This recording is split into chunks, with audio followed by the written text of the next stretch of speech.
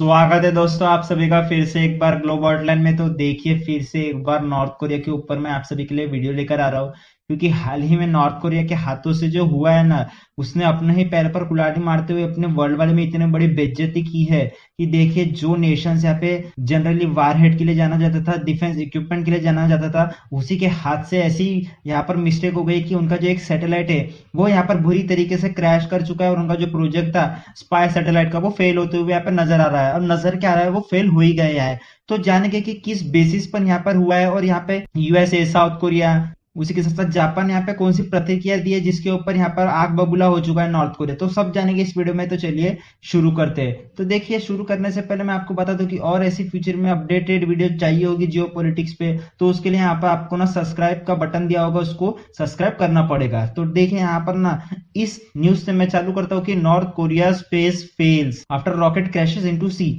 अब देखिए यहाँ पर ना मैं बता दूं कि काफी लंबे समय से नॉर्थ कोरिया क्या था, एक स्पाई सैटेलाइट बनाने वाला था। जी हाँ बिल्कुल। अब देखिए ये स्पाई सैटेलाइट का काम क्या होता है, क्यों इसे बनाने के लिए इतना तुला हुआ था नॉर्थ कोरिया।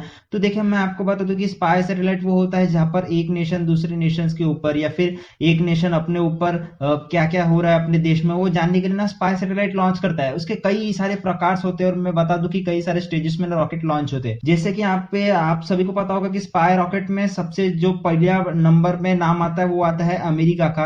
अब ऐसा क्यों, तो देखिए अमेरिका के जो स्पाइंग सैटेलाइट है ना, उसकी रेंज इतनी स्ट्रांग मानी जाती है कि देखिए आप मोबाइल पे व्हाट्सएप पे क्या मैसेज टाइप कर रहे हो ना, वो भी यहाँ पर जूम करके यूएसए देख सकता है। देखिए ये तो बताने का मेरा मकसद था ऐसे। तो देखिए ऐसा कुछ काम यहाँ पर यूएसए करता है। हालांकि देखिए आपके व्हाट्सएप का एक भी मैसेज यहाँ पर यूएसए पढ़ता नहीं है। तो देखिए यहाँ पर इतनी स्ट्रांग रेंज यहाँ पर बताई जाती है यूएसए के सैटेलाइट की। तो उसके रिगार्डिंग ना यूएसए क्या करता है, नॉर्थ कोरिया पे काफी अपनी नजर जो है वो बना के रखता है कि देखिए ये कौन सा नया इक्विपमेंट बनाने जा रहा है, कौन सी बैलिस्टिक मिसाइल कहाँ फायर हो रही है। उसके साथ साथ जो काफी नेशंस के पास उसके जो स्ट्रेटेजिक पोजीशन होते हैं, डिफेंस बेसिस होते हैं, उस पर क्या हो रहा है ये कोई बताना नहीं चाहता। तो यूएसए को ना ये पता चल जाता है उसके स्पाइंग सैटेलाइट के थ्रू। तो देखिए काफी दशकों से ना यहाँ पर नॉर्थ कोरिया ये कोशिश कर रहा था कि जैसे यहाँ पर यूएसए, देखिए पर्टिकुलरली ना यहाँ पर नॉर्थ कोरिया जो है वो टारगेट यूएसए को ही कर रहा था, क्योंकि देखिए जो सबसे पहले सामने आता है साउथ कोरिया के या जापान के समक्ष में वो यूएसए ही है। तो देखिए यूएसए को यहाँ पर साक्षी मानते हुए नॉर्थ कोरिया ने ये कहा था कि जैसे यहाँ पर यूएसए काम करता है ना कि वो इलीगल तरीके से दूसरे नेशंस पे स्पाई करता है, तो वैसे ही स्पाई सैटेलाइट हम यहाँ पर लॉन्च करेंगे जो यहाँ पर यूएसए पे नजर रखेगी। जी हाँ बिल्कुल। इतने देखिए ये साफ साफ इन्होंने शब्दों में कह दिया था कि देखिए हमारे जो स्पाई जो सैटेलाइट रहेगी वो ज्यादातर यहाँ पे जापान, साउथ कोरिया, उसी के साथ साथ यूएसए पे नजर रखने के लिए हम ये लॉन्च कर रहे हैं। अब देखिए यही सैटेलाइट ना यहाँ पर बुरी तरीके से क्रैश हो चुकी है। अब देखिए जैसे ही ये क्रैश हुई ना, तो बिल्कुल यहाँ पर यूएसए जो है वो यहाँ पर हंसने आ गया और यहाँ पर नॉर्थ कोरिया क्या हुआ, हंसी का पात्र बन गया। क्यों, क्योंकि देखिए यूएस और उसके जो भी यहाँ पे मित्र मुल्क है, जैसे मैंने बताया कि साउथ कोरिया और जापान, उन्होंने क्या किया, नॉर्थ कोरिया का खुल के यहाँ पर क्या किया, आलोचना उन्होंने चालू कर दी कि देखिए जो नेशन यहाँ पे बैलिस्टिक मिसाइल, लॉन्ग रेंज के हाइपरसोनिक मिसाइल, क्रूज मिसाइल या फिर ऐसे कई सारे जो इक्विपमेंट बनाता है डिफेंस से रिलेटेड, या फिर आए दिन जो है वो मिसाइल फायर करते रहता है सी ऑफ जापान में, तो उसकी यहाँ पर एक सैटेलाइट लॉन्च वो नहीं कर पाया और वो सैटेलाइट यहाँ पे नदी में गिर चुकी है। तो ऐसे कुछ यहाँ पे नॉर्थ कोरिया पे एलिगेशंस लगा रहे हैं। जी हाँ ये और ये बिल्कुल यहाँ पर सही भी है। जब तक यहाँ पे यूएसए ने कहा कि देखिए यूएसए ने सबसे पहले आके कहा कि देखिए ये जो नॉर्थ कोरिया सैटेलाइट लॉन्च कर रहा है ना, ये तो सबसे पहले इलीगल है, ठीक है। और उसके बाद जिस मिसाइल से, जिस बैलिस्टिक मिसाइल से ये फायर कर रहा है वो भी यहाँ पर इलीगल है। अब देखिए यहाँ पर लीगल इलीगल नॉर्थ कोरिया को ना कुछ यहाँ पर फर्क नहीं पड़ता, क्योंकि देखिए मैंने कई सारे प्रीवियस वीडियो बनाए जिसमें मैंने नॉर्थ कोरिया के बारे में ना काफी हिस्ट्री कवर की है, जो ये बात आती है कि नॉर्थ कोरिया पे कैसे सैंक्शंस लगे, कैसे ये ब्लैक लिस्ट में चले गए एफएटीएफ के। उसी के साथ साथ यहाँ पर बिल्कुल नॉर्थ कोरिया आइसोलेट हो गया, जिस तरीके से ये एग्रेशन दिखाता था। अभी देखिए इसके पास एक तो रशिया, ऊपर से चाइना, ये दो मुल्क बचते हैं कि हालांकि दूसरे नेशंस पे इतने सारे सैंक्शंस नहीं जितने नॉर्थ कोरिया पे, जिसने इसको काफी आइसोलेट करके रखा है दुनिया से।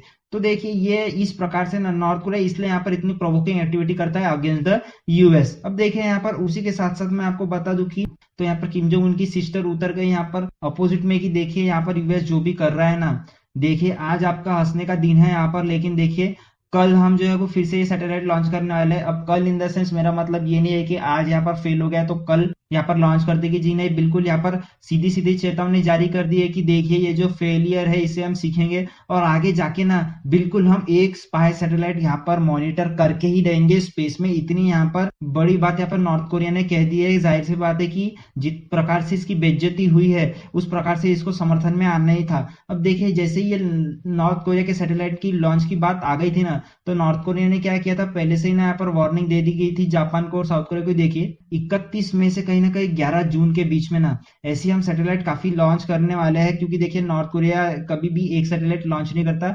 प्रीवियस इसका आप रिकॉर्ड देखोगे तो कहीं ना कहीं 3 से 4 या 5 से 6 ऐसे सैटेलाइट ये एक साथ लॉन्च करता है अलग अलग दिनों में। तो देखिए उसी की वजह से यहाँ पर 31 मई से लेकर 11 जून तक कहीं ना कहीं वार्निंग सेंड कर दी गई थी। किसको? तो जापान की जो सी गार्ड है उसी के साथ साथ साउथ कोरिया को, कि देखिए ऐसे ऐसे यहाँ पर मिसाइल टेस्ट होने वाले हैं तो यहाँ पर संभल कर रहिएगा। अब देखिए संभल के रहिएगा ऐसी वार्निंग दी गई थी, लेकिन इतना पैनिक हो गया ना यहाँ पर साउथ कोरिया और जापान को लेकर कि देखिए वो पूरे होश पोश हो गए। अब देखिए यहाँ पर हुआ क्या है, तो जाहिर सी बात है जैसे ही यहाँ पर मिसाइल लॉन्च हुई ना नॉर्थ कोरिया की, तो उसके लगभग 14 मिनट बाद यहाँ पर क्या हुआ, सेउल के मतलब यहाँ पर साउथ कोरिया ने क्या किया, एक इमरजेंसी मैसेज जारी कर दिया उसके पब्लिक में, जो कि टेक्स्ट मैसेज के थ्रू है। अब देखिए टेक्स्ट मैसेज के थ्रू यहाँ पर सेउल के गवर्नमेंट द्वारा क्या मैसेज किया गया कि देखिए अपने घर से बिल्कुल बाहर ना निकले, जहां है वही रुक ले और हो सके तो अपने घरों में रहिए जहां पर संभावना हो कि आप सुरक्षित हो। अब देखिए ऐसा यहाँ पर इतना हड़बड़ी में साउथ कोरिया ने मैसेज क्यों किया,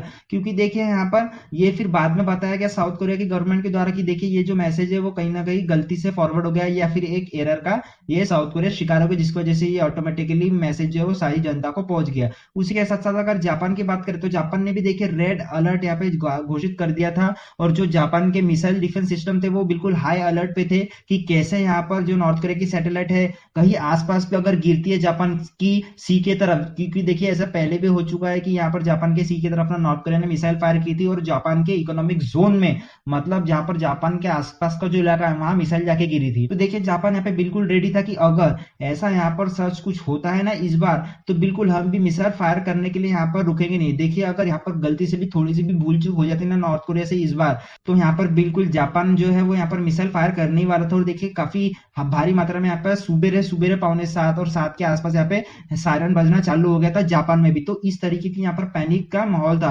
हालांकि देखिए जापान की सरकार ने बाद में माफी भी मांगी कि देखिए ये जो सायरन है वो हमने सिर्फ आपको अलर्ट करने के लिए रखा गया था, ऐसी कुछ यहाँ पर वार से रिलेटेड सिचुएशन नहीं थी। जिसके बाद देखिए यहाँ पर जो जापान की जनता है वो उसने जापान के गवर्नमेंट के खिलाफ काफी आलोचना भी की थी कि कैसे आपका डिफेंस सिस्टम है कभी भी कुछ भी अलार्म दे देता है। तो देखिए ऐसा कुछ यहाँ पे हुआ। अब देखिए मैं आपको लोकेशन बता देता हूँ कि नॉर्थ कोरिया और साउथ कोरिया और जापान से रिलेशंस क्या है। जब भी नॉर्थ कोरिया यहाँ पर मिसाइल फायर करता है तो जापान रेड अलर्ट पे क्यों चले जाता है, क्योंकि देखिए मैं आपको बता दूं कि नॉर्थ कोरिया कभी भी जो फायर करेगा ना मिसाइल, एक तो देखिए ईस्ट कोस्ट से ईस्ट साइड में करेगा या फिर ईस्ट कोस्ट से ईस्ट साइड में करेगा। अब देखिए आपको दो ही यहाँ पर नेशंस आते हैं, क्योंकि यहाँ पर ना चाइना आता है नॉर्थ कोरिया के लिए, हालांकि ईस्ट साइड में भी चाइना आता है लेकिन थोड़ी सी बाउंड्री बच जाती है जिससे वो मिसाइल फायर कर सकता है। अब देखिए जो बिग अमाउंट का स्पेस मिलता है ना नॉर्थ कोरिया को, वो सिर्फ इतना मिलता है जहां पर देखिए कहीं ना कहीं जापान भी आता है। देखिए इसलिए आप सी ऑफ जापान कहते हैं। तो देखिए यहाँ पर क्या होता है, पैंगांग त्सो जो है जनरली यहाँ से इस तरीके की यहाँ पर मिसाइल दागता है या फिर यहाँ से इस तरीके की,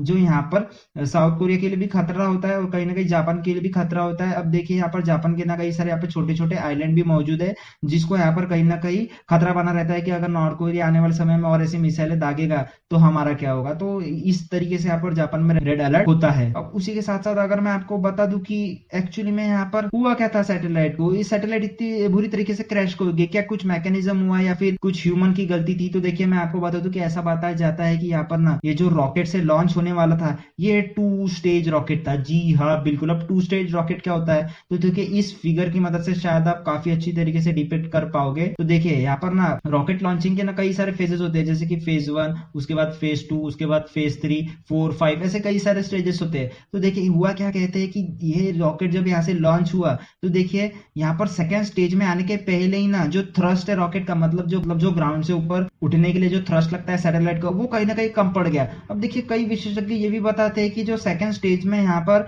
रॉकेट पहुंचा तो अचानक से जो है वो थ्रस्ट चालू हो गया, जबकि वहां पर थोड़ा सा लेट होना था, तो जिसकी वजह से यहाँ पर पूरा मैकेनिज्म बिगड़ गया। हालांकि देखिए जब यहाँ पर डेब्रिस कलेक्ट करेगी नॉर्थ कोरिया की सरकार और पूरा मुआयना करेगी, तभी यहाँ पर पता चल सकता है कि क्या थ्रस्ट कम था या फिर सेकंड स्टेज में जाने के वक्त कुछ यहाँ पर हाल ही में गड़बड़ी हुई थी। तो देखिए अभी ऐसा कुछ सच इतना क्लियरेंस सामने आया नहीं है कि यहाँ पर नॉर्थ कोरिया किस वजह से यहाँ पर फेल हो गया। अब देखिए जाते जाते मैं आपको ये बता दूं कि स्पाई सैटेलाइट की बात हो गई है, तो जी हाँ बिल्कुल इंडिया के पास भी स्पाई सैटेलाइट है जिसका नाम यहाँ पर बताया गया है कि रियासेट 1 या फिर रियासेट 2 और ऐसे 4 यहाँ पे सैटेलाइट इंडिया के पास है। अब ये क्या काम करता है, तो देखिए यहाँ पर ये अपने जो जनरली बॉर्डर्स होते हैं उस पर यहाँ पर ये निगरानी करते हैं कि यहाँ पर क्या कोई जो दूसरा नेशन है, सपोज मैं चाइना की या फिर पाकिस्तान की बात करूं, क्या वो डीप इनसाइड आ रहा है क्या। उसी के साथ साथ जो वेदर कनेक्टिविटी है या फिर वेदर फोरकास्ट है, ये सब सारी चीजें जो हम रियास सैटेलाइट से कर पाते हैं। अब देखिए यहाँ पर मैं एक और बार बता दूं कि ये जो रियास सैटेलाइट 1 है वो 26 अप्रैल 2012 में यहाँ पर लॉन्च किया गया था, और वही रियास सैटेलाइट 1 जो है वो यहाँ पर 2009 में लॉन्च किया गया था। अब मैं इसका ऊपर डिफरेंस भी बता देता हूँ कि